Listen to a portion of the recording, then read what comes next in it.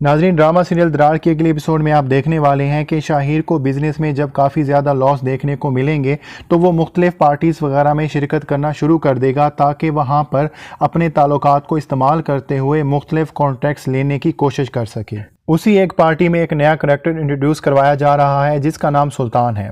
सुल्तान chemical industry का बहुत बड़ा नाम है और उस वक्त इसका कारोबार बहुत ही अच्छा जा रहा है, इसलिए शाहिर कोशिश करेगा कि वो बिज़नेस में सुल्तान की थोड़ी बहुत फेवर हासिल कर सके।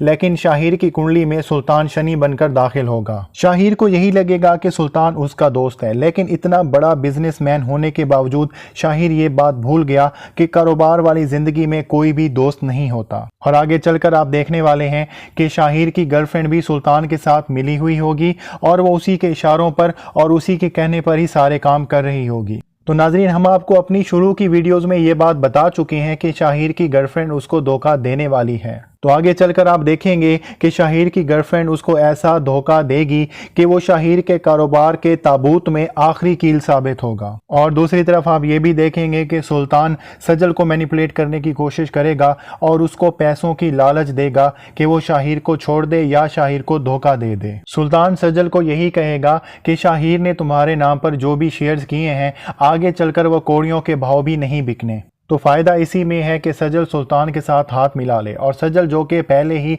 पैसे और दौलत की लालच में मुब्तला होकर पता नहीं क्या कुछ नहीं कर चुकी, वो ये सोचने पर मजबूर हो जाएगी कि शायद अब उसे शाहिर को छोड़ देना चाहिए और सुल्तान के साथ हाथ मिला लेना चाहिए। और सजल को इस बात का भी गुस्सा है कि इतना अरसा गुजर जाने के बावजूद भी शाहिर ने सजल के साथ शादी नहीं की।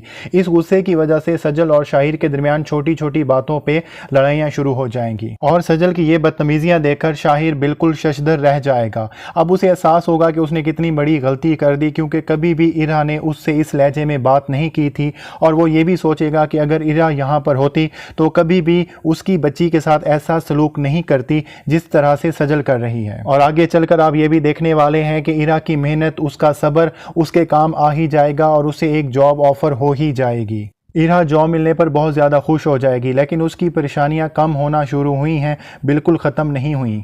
और उसकी सबसे बड़ी परेशानी ये है कि उसकी बेटी उसके पास नहीं है बल्कि सजल और शाहिर के पास है, और वो ये चाहती है कि जल्द अज जल्द उसकी बेटी उसके पास आ जाए। और अपनी इस मोहब्बत की वजह से मजबूर होकर इरा अपनी ही बेटी से मिलने के लिए शाहिर के घर में चोरी छुपे जाएगी। वो अपनी बेटी से मिलकर बहुत ज़्यादा रोएगी और उसके बर्थडे के मौका पर उसको कुछ गिफ्ट्स वगैरह देकर वहाँ से वापस आ जाएगी। हालांकि इरा अपनी बेटी के लिए जितना ज़्यादा तड़प रही है, उसका दिल यही चाहेगा कि वो अपनी बेटी को अपने साथ ही ले आए, लेकिन वो यही चाहती है कि वो अपनी बेटी को कानूनी तौर पर ही हासिल करे। और जब इरा के शाहिर के घर में आने और उसकी बेटी से मिलने का इल्म सजल को होगा तो सजल बहुत ज़्यादा गुस्सा होगी और वो शाहिर के साथ बहुत ही गुस्से में बात करते हुए कहेगी कि आइंदा कभी भी इरा इस घर में ना आए। लेकिन शाहिर के दिल में शायद कहीं ना कहीं कुछ न कुछ इंसानियत मौजूद है, जिसकी वजह से वो सजल को जवाब देगा कि इरा उसकी माँ है और वो अपनी बेटी से मिलती है तो वो उसको नहीं रोक सकता। और कहीं ना कहीं अब शाहिर को भी इस बात का एहसास होने लग गया है कि उसकी बेटी की परवरिश